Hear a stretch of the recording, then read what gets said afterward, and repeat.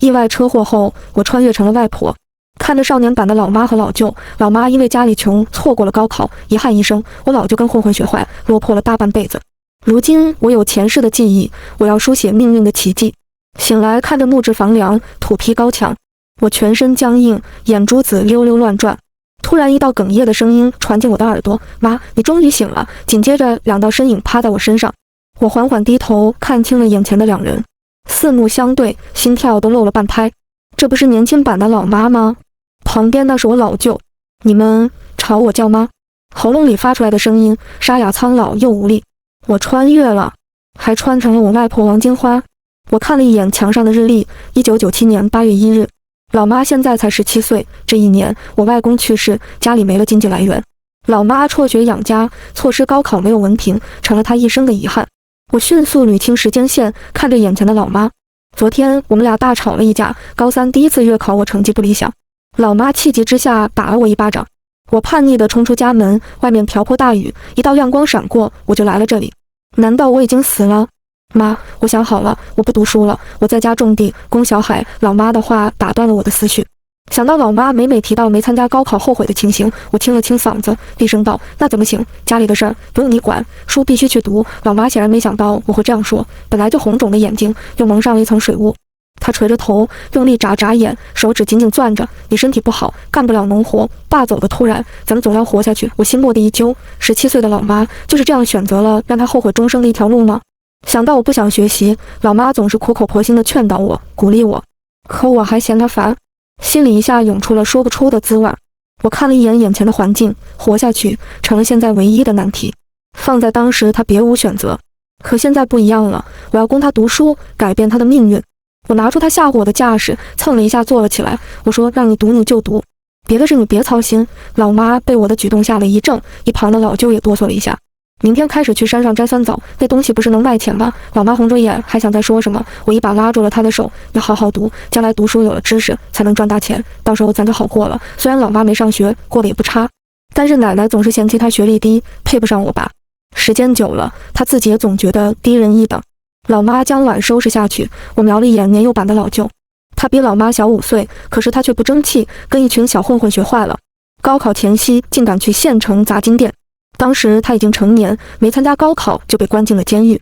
老妈每次提起老舅都又爱又恨，后悔没有好好教育他，也后悔没早日让他担负起家里的责任。既然老天给了我这个机会，我不光要拯救老妈，也要拯救他。我外婆身体不好，生了老舅后就再也没怀过孕。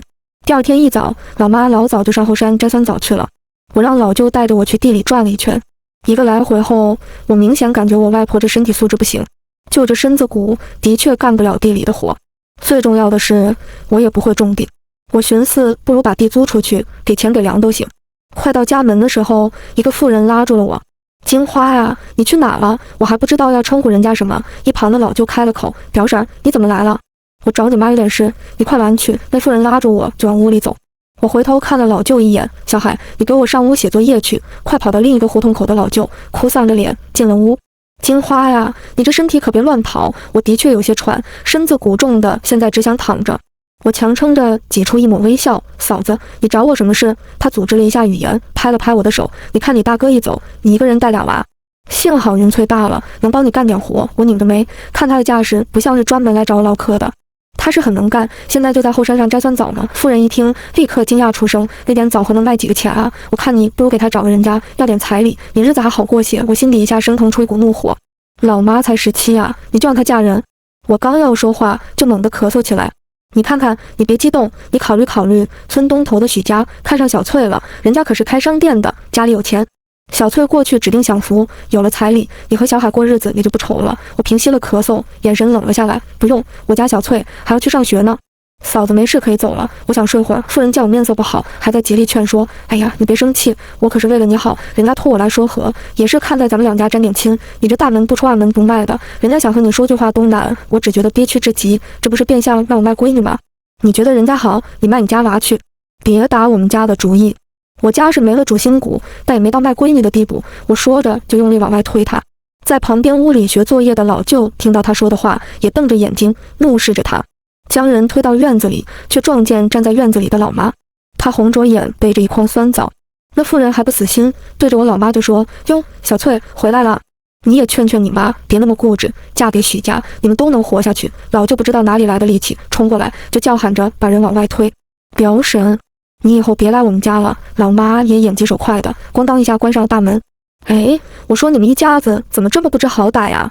就你妈那身板，我看怎么养活你们俩？骂骂咧咧的声音渐渐消失，院子里却异常的安静，静的只能听见我胸口起伏、大口喘息的声音。小翠，你别往心里去，安心读书。只见老妈垂着头，背起地上的酸枣，摆着梯子上房。就算不读书，我也不会现在嫁人的。头顶传来老妈坚定又哽咽的声音，我心默地揪了一下，我绝对不能再让村里人打老妈的主意。第二天早上5点多，天已经大亮，我起身打算去街上转转，兴许能遇到上地里干活的人。刚出门就看到老妈一手拿着书，一手烧着柴在做早饭。我没打扰她，径直走了出去。走到村东头，看到许家开的商店，说是商店，其实就是一个很小的小卖部。我突然灵光乍现，老妈将来可是开超市的，我现在也可以靠这个赚钱啊！我扭头就要往回走，身后突然传来一道声音：怎么着？后悔了？告诉你，也就是我们可怜你才托人去你家说和，没想到你还挺不识趣。我回头看到一个比我稍微年长的妇人，身后跟着一个肥头大的胖子。那胖子一看就是常年不运动、胡吃海塞造成的。我没打算理他们，我现在首要任务就是去搞钱。你个扫把星，孩子生不出几个，还克死了自己的老头子，真是小姐身子丫鬟的命啊！我疾步往家走的脚步顿住，不管3七21，一巴掌呼了过去。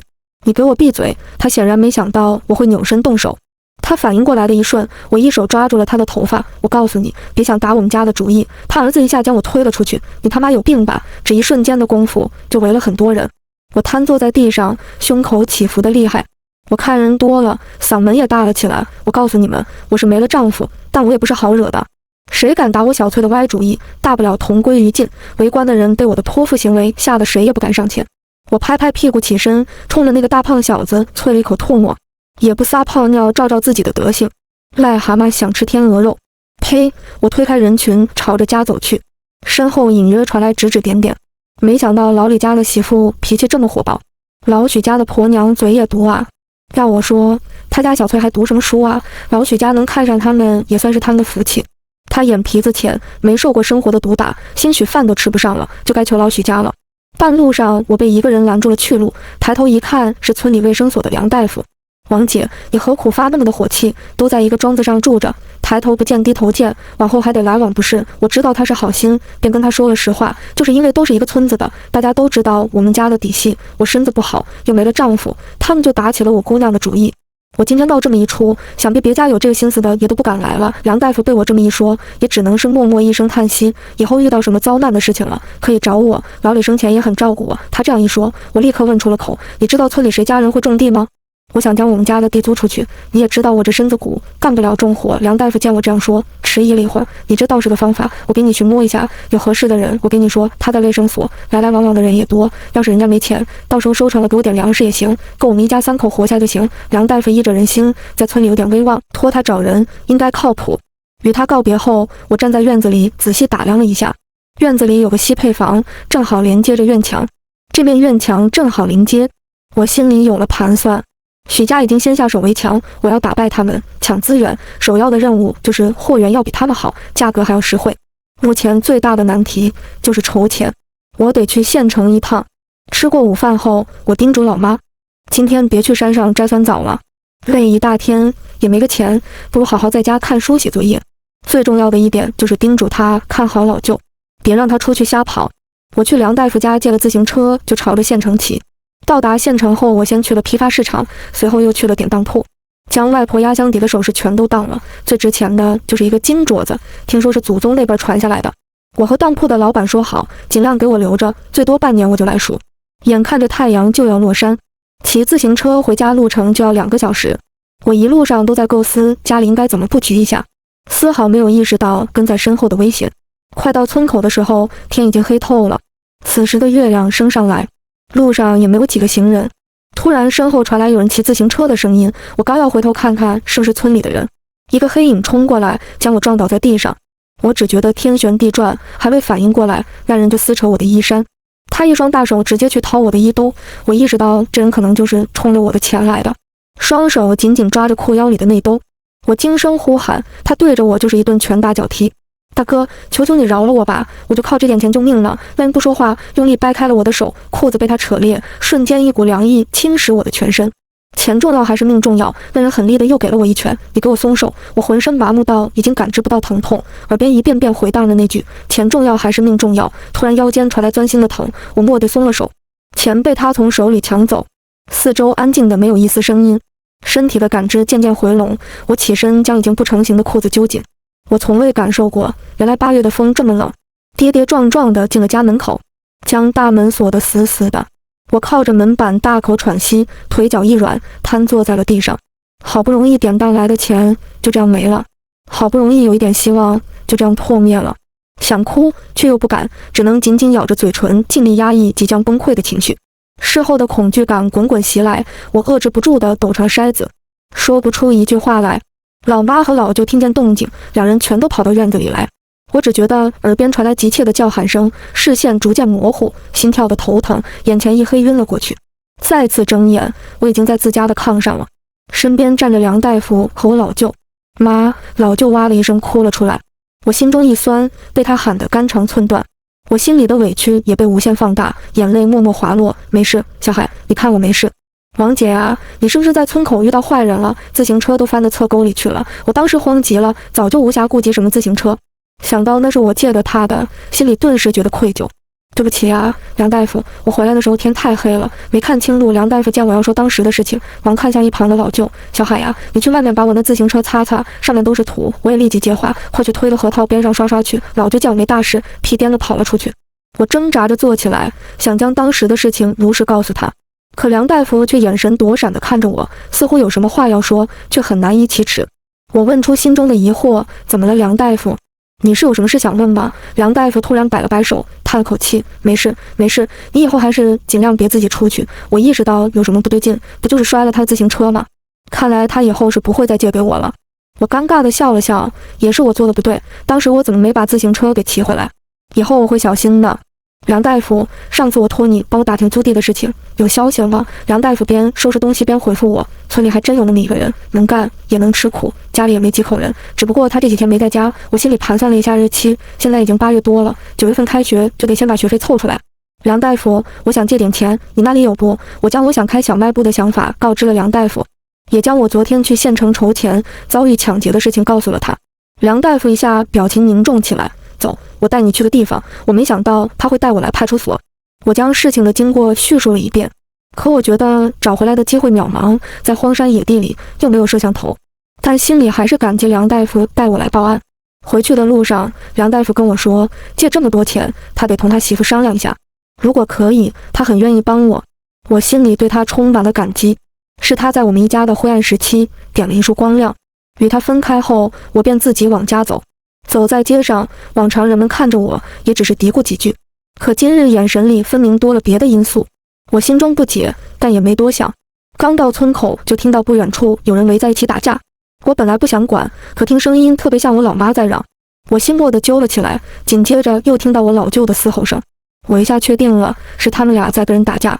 我不敢跑，生怕自己这会儿一个激动再昏过去。左右看了看，抄起一个木棍就朝着人群疾步走去。都给我起开！我举着棍子就冲了进去。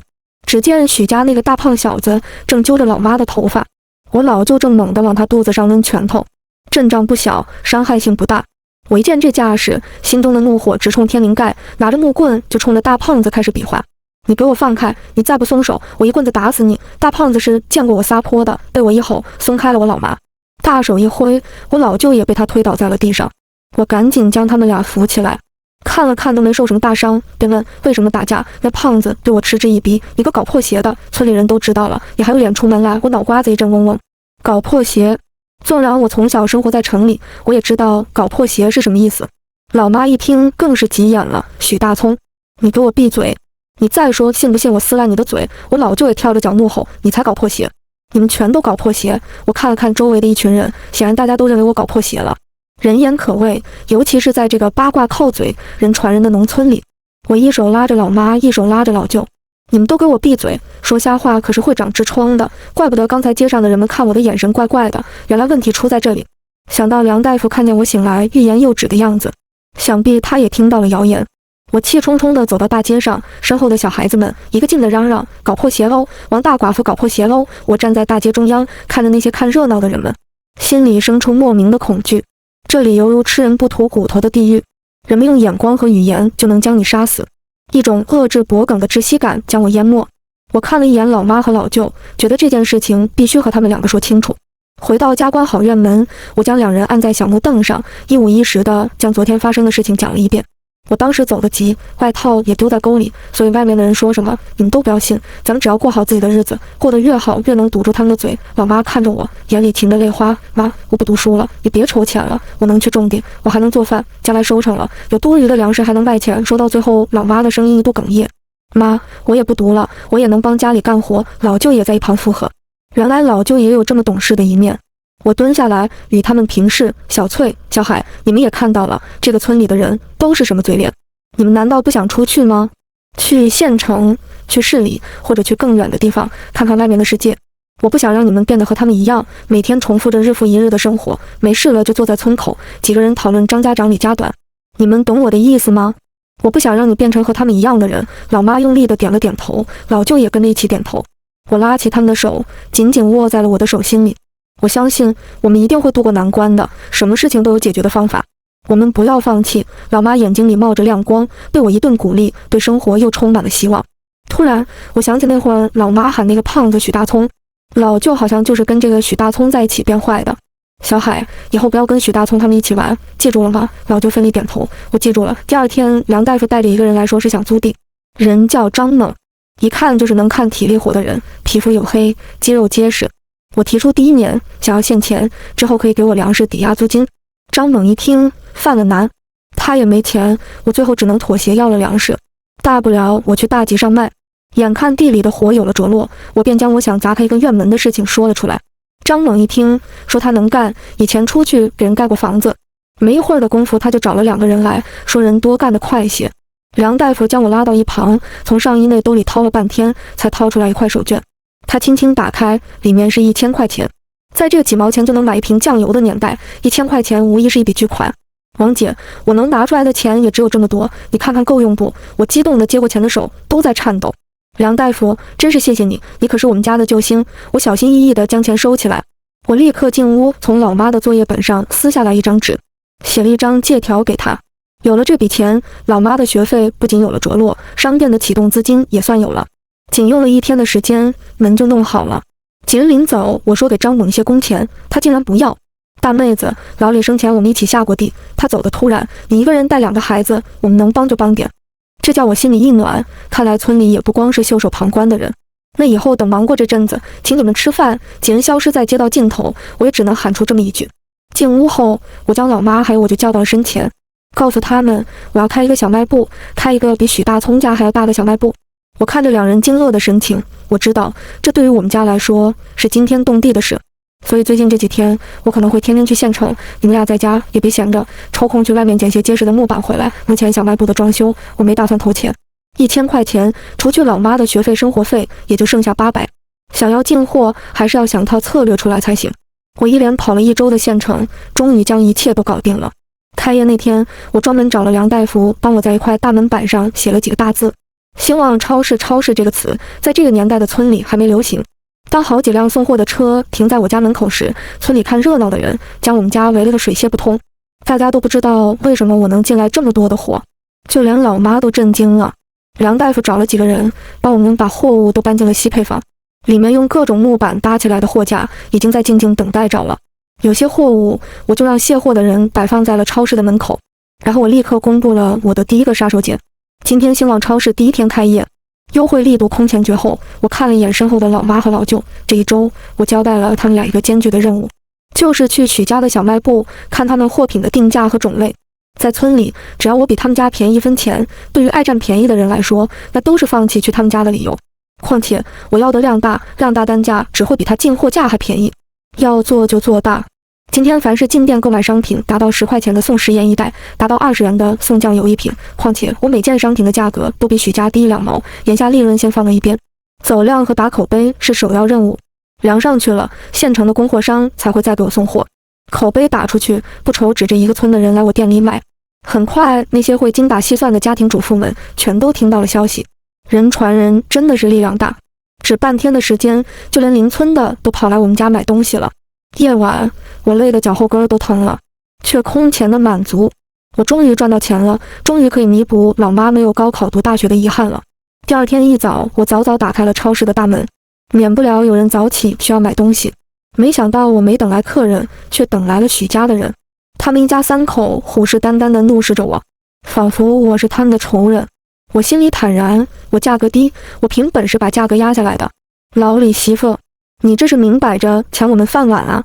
你这东西这么便宜，会不会都是伪劣产品？你开超市工商局审批了吗？你哪里来的钱囤那么多货？不会是出去搞破鞋搞回来的吧？他们几人轮番轰炸，本来还很安静的村庄，一下子又热闹起来。许大哥，鼻子下边两片嘴，那是让你吃饭的，可是不是让你们喷粪的。你看看，你们全家一大清早的不在自己家茅坑拉屎，怎么能来我们超市门口乱窜稀？我站在门口也不是吃素的。我今天要是败下阵来，昨天打出去的气势就全被他们灭了。嘿，我还就告诉你们，本来我就打算搞一天活动的，你们这样一闹，我可就不客气了。正巧这会儿围观的人越来越多，我立刻大声吆喝，兴旺超市开业第二天，今天优惠力度再度提升。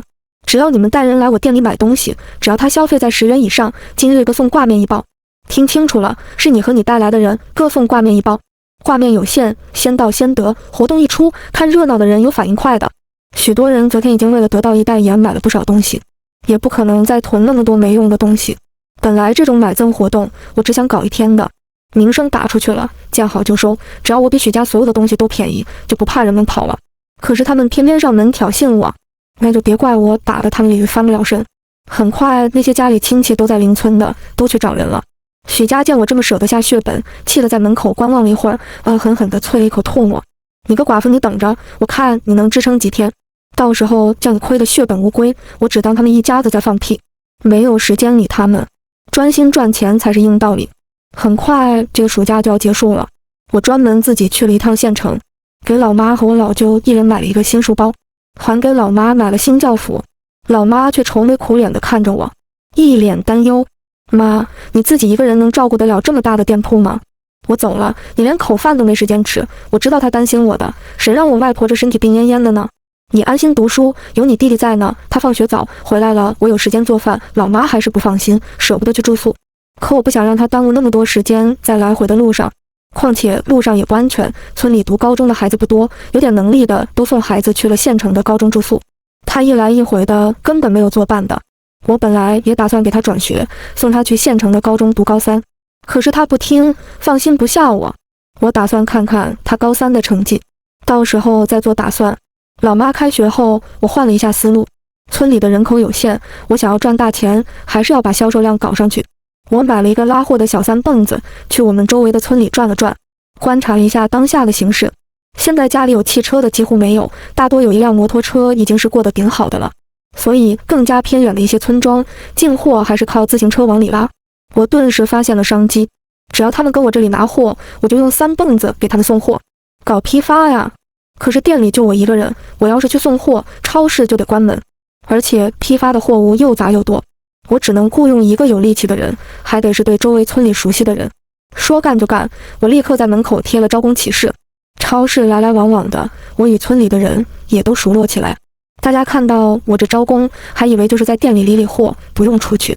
一说要开着3轮车去各个村里，都发了怵，不是嫌累，而是不会开店3轮。我本以为我今日是招不上人来了，可临关门来了一个熟悉的身影，是张猛。自从上次他帮过我以后，我们也仅仅是大街上遇见，打个招呼。我几次邀请吃饭，想答谢他当初对我的帮助，他都婉言拒绝。后来听买东西的人说，他媳妇得病死了，他就再也没娶过。现在还是一个光棍，可能是怕别人的闲言碎语，他从来没有答应我的邀请。我对他心存感激。今日他来应聘，我自然觉得挺好。我没别的本事，就是有一身力气，地里的活忙完了，我可以过来帮忙送货。他怕我顾及他，还有种地的事不录用他，赶忙解释。我自然不介意他下班后的时间去做什么，况且他也真的帮了我很多大忙。从这以后，张猛天天各个村的去送货，我就专心盯着超市。本以为这日子能安安稳稳就这么过下去了，可这天却传来了一个让我始料未及的消息。我老舅，刚刚上6年级的我老舅被老师拎着找到了家里，校长要开除他，说他品质败坏，偷东西，还造谣生事。截断点，我将蔫着脑袋的老舅护在了身后，与来家里的老师对峙。请问我家小海偷东西有证据吗？想到我老舅今后的处境，就是因为和许大聪去偷金店进的监狱，我心里不禁一紧。我必须好好处理这次的事情。岂料老师拿出来一个女生的内裤，直接扔在我面前。这是从他书桌里搜出来的，我脸腾的一下红了，迅速看向藏在我身后的老舅。他已经6年级了，身高已经快超过我了。我压下怒火，柔声问他：“是你干的吗？”我老舅早就被吓坏了，只是垂着头猛烈地摇头。你说实话，如果有人故意伤害你，我一定不会轻饶了他。他眼圈突然红了，哽咽着说：“不是我没拿过，我不知道是谁塞了我书桌的，我心里有了底，8成是同学故意恶作剧。”老师见状，又气又急：“人赃并获，你还耍赖！你这孩子真是谎话连天！”我一下打断了老师的话：“刘老师，我自己的孩子，我清楚他的脾气秉性，我们家小海从来没有对我说过一句谎话。在真相没有查出来之前，请你不要随意给他贴标签。”我呈保护状挡在我老舅身前。突然身后传来他的声音：“刘老师，真的不是我干的，是许大聪给张大宝他们好处，让他们故意整我的。”我听到这话，心里倒吸一口冷气。许大聪这个无所事事的胖子，竟然敢教唆小学生诬陷别人。刘老师见我老舅终于开始辩解，也找回了一些理智：“你当时在学校里怎么不说？”“我不敢，他们人多，他们还威胁我，要是我说出来，就到处造谣，说我是变态，还说我妈。眼看着他要说不下去，我立刻打断了他：“李云海，你有点骨气，男子汉大丈夫，士可杀不可辱，你怎么能让他们骑在你头上拉屎？你是不是总是被他们欺负？”我蓦地想起，人言可畏，我老舅能走上不归路，大多也是这个时期我外婆没有好好引导。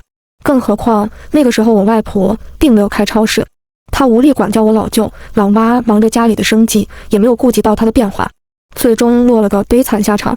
我想清楚后，对刘老师道：“我现在就去警察局报警，这种污蔑、诽谤、栽赃的事情必须严惩。”刘老师见状，立刻劝我：“云海妈，你别激动，咱们还没查明事情的真相，你贸然去报警，恐怕对其他孩子不太好。对其他孩子不太好，还是对许大聪不太好？你们扬言要开除我家小海的时候，怎么没想到事情会对他不太好？既然学校处理不好这件事情，那就交给能处理的地方。”我拉着小海立刻就要出门，正好遇上送货回来的张猛。他见状眉头紧锁，这许大聪在村里出了名的恶霸，看来不给他点教训，以后不定还会欺负谁。明天我带着小海去学校看看，你先别去报警。我还想说什么，就被他制止了。其他的孩子也许也是被许大聪威胁了才做这种事。第二天，张猛找到了学校里那些孩子，让他们说出实情，说他们这样已经构成了犯罪，要是再不说出实情，上交到警察局就要去吃牢饭。孩子们哪里经得住这样的惊吓，3两下就全交代了。原来真的是许大聪给那些孩子从家里拿烟拿零食，不仅教会了他们抽烟，还教他们去欺负别人，简直就是一个小混混头目。他已经成年了，所以我决定报警。我要让这些孩子们知道，做错了事情，法律会来制裁他。警察找到许家的时候，他们才认识到事情的严重性，尤其那些被带坏的孩子的家长全都找了过来。本来挺好的孩子，学了一身的臭毛病，现在恨不能将许大聪千刀万剐。这件事情过后，我老舅也认识到了法律的威严，他甚至开始崇拜那些警察。老舅的变化我看在眼里，学习上已经不用我操心，每次放学都早早把作业完成，帮忙看店。许大聪虽然只是受到了小小的惩戒，被拘留了几日就放出来了，但是他们家在村里已经臭名昭著，更没人去买东西了。很快便迎来了老妈高3的期末考试，考完后就放寒假。超市里也忙得不可开交，正值年底，大家走亲访友都会从超市备点年货。这日我们正在外面搬货，老妈也一起帮忙。突然老妈的班主任找到了家里，老妈的成绩一向是年级第一，这点我很惭愧，换成我就没有老妈那么努力，所以她的班主任找到家里来，我很意外。云翠妈，我今天来是想和你商量一件事情。我忙招呼班主任进屋，心想只要是关乎学习的事情都是大事。这个班主任姓叶，我忙沏了茶水给他。我家小翠是在学校发生什么事情了吗？我心里忐忑，生怕出现什么差错，害老妈没参加高考。您别紧张，孩子在学校很好，正是因为太好了，我才来找您。我忐忑的心终于放下，还第一次遇到因为学习好被老师找到家里来的。是这样的，李云翠同学这次还是考了我们全校第一，所以我想推荐她去县里一中学后半年的课程。我不去，老妈不知道什么时候已经站在门口，态度强硬，眼尾泛红。我一下起身将他拉了进来，怎么说话呢？老师也是怕埋没了你。妈，我不去，在这里就挺好。我现在的成绩也能考上一所好大学。我突然怔住了，看着眼前的老妈，我心里五味杂陈。她时时刻刻都在想着家里，想着外婆的身体。可是我呢？她将最好的东西都给了我，我非但没有感激，还认为一切都是理所当然，还和她吵架。云翠，咱们镇上的师资有限，你有能力去外面看看，接受更好的教育。叶老师劝说了几句，起身就要走。马上过年了，你们考虑考虑，如果想去，就给我打电话。他放下电话号码就走了。我愣愣地坐在屋里，看着强势的老妈。云翠，你过来。我拿出他教育我的那套理论，滔滔不绝地劝说他2个小时。大概就是现在我们家条件好了，我身体素质也好了很多，家里借的梁大夫的1000块钱也已经还清了，一切都步入正轨，什么都不用他操心。我会照顾好我自己。学习资源来之不易，有这个机会咱一定要抓住。最后他终于妥协，这可是我们家的大喜事。当晚我准备了很多饭菜，大大的庆祝了一番。过完大年30，村里走亲访友的多了起来，年货整箱整箱的卖，老舅跟着张猛一块去送货。我和老妈在家看着超市。大年初2这天，我正埋头在货堆里，突然身后传来了脚步声。我还未抬头看，一阵噼里啪啦的声音吓我一跳，使我撞到了身后落得老高的货物。只见成箱的货物朝我砸了过来，瞬间我就被埋在了下面。透过缝隙，我看到一个肥胖的身影朝着远处跑去。老妈正在收银台做复习题，听到动静很快跑了出来。许大葱，你大爷的！只一瞬间的功夫，我就闻到了一股浓烟的味道。翠，小翠，我虚弱地喊着，可老妈追许大葱追出去老远，根本没听到我的呼喊。我只觉得烟越来越浓，周边越来越烫。很快周围便传来了嘈杂声。着火了！超市着火了！我心慌得厉害，根本不能用嘴呼吸，奋力往外爬，却发现腰部传来钻心的疼。我一张嘴就是滚滚浓烟往胸口灌。我绝望地想哭，我不会就这样死了吧？等再次睁眼，我已经在县医院的病房里。老妈见我醒来，哭得一双红肿的眼睛立刻又噙满了眼泪。妈，你吓死我了吗？你终于醒了。我只觉得嗓子火辣辣的疼。意识回笼，我哑着嗓子问：今天初几了？老妈抹抹眼泪，哽咽道：初7了。我愕然瞪大了眼，初7？可是他开学的日子。你怎么没去上学啊？快去上学！我没事。我挣扎着就要起身，可是老妈却将我按在了床上。妈，我不去上学了，我在家和你一起开超市，我们一样也能活得很好。我不执着考大学了吗？我被他喊得撕心裂肺，心里一阵酸楚。难道我努力了这么久，就要前功尽弃了吗？不，绝对不能放弃。云翠啊，你听话，村里多少年也供不出来一个女大学生，我不能成为你求学路上的绊脚石。我马上就出院，我回家养着去，家里有你弟弟，还有你张叔、你梁叔，都能帮衬咱家。老妈频频摇头，下定决心就是不去学校了。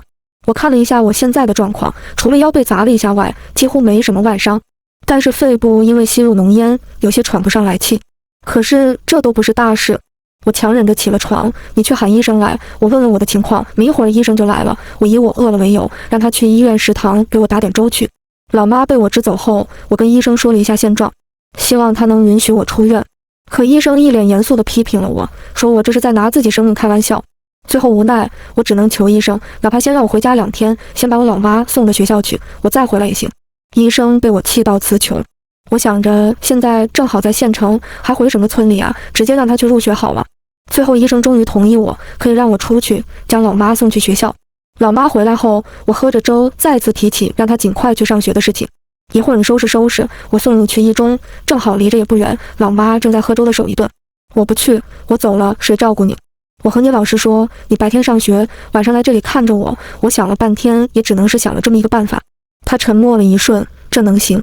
怎么不能行？我见他有所动摇，连忙继续说道：医生也说了，我再输几天液就可以了。你看我能自己下地，也不用人伺候，你晚上来陪着我就行了。我一会儿就让你张叔把你的书本都送过来。老妈犹豫了犹豫，那老师要是不同意，我可不去。咱说好了。终于说动了他，我趁着他下楼的功夫，喊了医生将我的腰给我缠了一层厚厚的绷带。张猛带着老舅也来了，几人一起将老妈送到学校，找老师说明了一下情况。老师也表示理解，说最近1周的晚自习可以不上，但是不能耽误太久。老妈表示1周时间太少了。我连连安慰她，我这不没事吗？到时候不行再找老师说，你现在正是冲刺的时候，可不能耽误太久。说完这些我瞬间愣了神，原来这些道理我都懂了。回到医院后，医生连连叹气，说本来腰上骨头就错位了，这样一折腾要受大罪。我强忍笑了笑，你也看见了，家里有要参加高考的孩子，我不能让他太分心。医生示意我躺下，可怜天下父母心，你忍着点啊，我先给你推拿一下。老舅看着我疼得龇牙咧嘴，站在一旁满脸凝重。他经常帮着我干活，现在稳当了许多。见我这样，他也是紧紧咬着嘴，眼圈红红的。只听咔嚓一声，我硬是咬着手腕没出声，额头的汗噼里啪啦的往下淌，我只能看到老舅紧紧攥着忍不住颤抖的手。突然他抬腿，我一下出声，你去哪啊？他脚步停下，后背绷得紧紧的，我看不到他的表情，但此刻我也知道他想做什么。你过来，在这里陪着我，哪都不许去。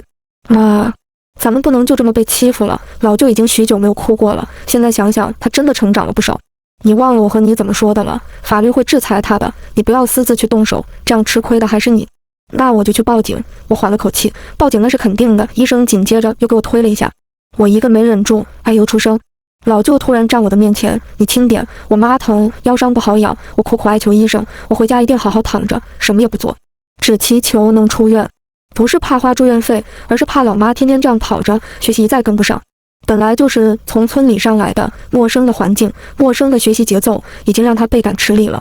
再加上我的病，她这一周明显精神不佳，上课有时候都在打瞌睡。医生拿我没办法，再三叮嘱我一定要好好养着。腰上的病落下病根就是一辈子的事。我又再三叮嘱老妈好好读书，不要担心我。回村后，我看着被烧黑的超市，当即报了警。可听说大年初三，许大聪一家就都搬走了，具体搬到了哪里，没人知道。我没打算过多地和他们纠缠，警察定会找到他们的行踪。法网恢恢，疏而不漏。终于1个星期后，警察在我们邻县抓住了许大聪。由于他蓄意谋杀又恶意逃逸，直接判了无期徒刑。我在家休养了1个月后，打算去县城看看。一是打算将压在典当铺的首饰都赎回来，二是看看老妈在县城怎么样。可刚从典当铺出来，就撞见了一个人，正是抢我钱的那个人。我走到张猛面前，将情况告知。那人不知道我这次有同伴，还想尾随我。张猛一个箭步过去，将他按在了地上，两人瞬间扭打成了一团。我想过去帮忙，却无从下手。灵机一动，大声喊了起来：抓贼呀，抓贼呀！果然人群中窜出来一个人影，我大声喊：黑色衣服那个是贼，黑色衣服那个！抓住他！只见那个人影和张猛一起将黑衣服的人按在了地上。待我看清脸的时候，我惊得语无伦次。爸，我爸，年轻版的我爸，竟然在这个地方遇见了。爸，他按住我，报警。我快速去旁边商店找了公用电话，拨了110。没一会儿，警察就来了。警察将他押走后，一审问才知道他是个惯犯，经常在典当行门口蹲人。正愁抓不住呢，被我们给做了好事。我看着年轻版的老爸，竟局促起来。你是做什么的？他看了我一眼，满不在乎地说：做生意的，这事儿举手之劳，不用谢我。我一下噎住，这风格的确很我爸。我尴尬地笑了笑，用力回忆我爸到底什么时候和老妈在一起的，却怎么也想不起来。从警察局出来后，我便催促杨猛快点去一中门口。他们学校只有吃饭的那个时间能见上一面。我俩站在大门口，焦急地等待着下课铃声。突然身后多出来一个身影，好巧啊，又见面了。我一转身，看到老爸就在我们身侧，我心中警铃大作，不会现在就已经在一起了吧？这不是妥妥的早恋吗？这不会影响老妈学习吗？虽然他是我未来的老爸，可是我可不能让他影响老妈高考啊！你怎么在这？我面色不悦，语气生硬。他不急不恼地说：这学校的食堂是我们家承包的，我今天过来看看。我爸比老妈大5岁，看样子是已经接手了家里的生意。但是你不会借着食堂的名义来学校泡老妈吧？这可万万不可呀！正巧这时下课铃响了，我和门口的警卫说要见高3一班的林翠。只见老爸又缓缓开口：找孩子吧，我带你们进去吧，你等着他给你找人，到时候都上晚自习了。现在铃声一响，大家都在食堂呢。我听了这话也来不及计较，跟着他屁颠屁颠的就进了学校。杨猛不解我为什么对一个初次见面的人这么没有防备，但也是紧紧跟在我身后，没有说话。到了食堂后，我正要大喊捞针，岂料我爸又拉了一句：你找李云翠呀，她在哪？顺着他手指的方向，一眼就看见了老妈。我心里突突的厉害，这俩人8成是认识了。老妈看到我的到来，欣喜地跑了过来。妈，周围的同学全都看了过来，大家都很羡慕能有家长来看望。我们找了一张桌子坐下，我心里虽然不抵触早恋，但是现在可是我老妈冲刺的好时机。可不能因为感情的事情影响了高考。小翠呀，那人你认识吗？他看了一眼我爸，表情很平静。认识，食堂就是他承包的。我淡淡哦了一声，那他怎么一眼就能认出你啊？我还以为。老妈无所谓的笑了笑，有次打饭没端稳，全洒他身上了。我心中一惊，好家伙，这相识还是名场面呢。心中顿时升腾起八卦之心。那你对他？老妈显然没有明白我话中的意思。我给他把外套洗了，他也没怪我。妈，你怎么突然来了？老妈话锋一转，岔开了话题。我和你杨叔叔来这里办点事，顺道看看你适不适应。我从没有问过老妈的成绩，因为我不想给她压力，只要她能参加高考就是圆满的。挺好的，你怎么样？身体好了吗？我活动了一下筋骨，专门给她看。刚才我干了一件大事呢。她一边吃饭，我一边将在典当行门口发生的事情给她讲了一遍。铃声响起，老妈恋恋不舍地起身，我去上晚自习了，你快回家，天黑路上不安全。我目送她，还是忍不住想叮嘱几句。小翠啊，你现在正是高考的关键时期，什么事情都不能耽误了你学习，你明白了吗？老妈连连点头，转身消失在了夜色里，可我心里却越发的不踏实，可别出了什么幺蛾子。一晃眼就到了6月份，眼看着还有几天就要到高考的日子，我心神不宁，我得去县城盯着。万一出点什么事，没考成，我这一趟不是白折腾了。说走就走，将超市的事情安排妥当，我就去学校旁边的小旅馆租了一间房。每天晚饭的时候，我就陪着我老妈吃饭。终于等来了6月6日，突然雷雨交加，把我们困在了学校的食堂里。眼看着学生们都走光了，我和老妈却没人来接。老妈说淋雨回去吧，路不远。可我不能冒险，万一感冒了，明天怎么办？我坚决不同意。夏天的雨很快就会停的，我们再等等，你先找个位置坐会儿，我怕他累到，将他按在了一旁的凳子上。你们没伞？身后传来一道声音，是我爸。啊，雨下的突然，老妈接话，你们等一下，我去找2把伞来，明天高考，今天得早点休息。说完，他转身进了后厨的操作间，没一会儿找了2把雨伞过来。谢谢你。老妈接过了他手里的伞，拉着我就冲进了雨中。等我考完再还你。老妈在雨中回头，冲着老爸喊道。我走在前头，嘴角微微弯起一抹弧度，好像他们还真是因为伞结缘的。高考很顺利，老妈的成绩能去一所好大学，帮助她完成了心愿。我一下没了事情做，每天就是经营超市，调养身体。5年后，老舅也如愿以偿地参加了高考，还考上了警校。我开心得合不拢嘴。老妈大学毕业后没有经济压力，继续读研究生，这一举动倒是把我老爸急坏了。他读研，他什么时候才能娶她呀？我算了算，老妈27岁才生了我，看来他们俩的爱情马拉松还得再跑2年呢。突然，我一阵心绞痛，摔在了超市的办公室里，耳边传来滴滴滴的机械声。待我睁开眼，双眼猩红的老妈攥着我的手，立刻去喊医生。我浑身疼得厉害，看着先进的医疗设备，抬手看了看稚嫩白皙的小手。我回来了，没一会儿，医生和老妈一起冲了进来。宝儿，你可终于醒了。看着已经40多岁的老妈，我心里一阵酸楚，眼泪止不住的吧嗒吧嗒的往下流。别哭，都是妈不好，妈不该打你。幸好你没事，你要是有个3长2短，我可怎么活呀？李女士，你女儿没有大事，观察2天没事就可以出院了。医生说完，又叮嘱我多休息，就走了。我扯了扯嘴角，虽然我被车撞了，但是身体毫无损伤，只是昏迷了几天。出院后，我以为那只是我的一场梦。可到家门口，却发现根本不是我原本的家。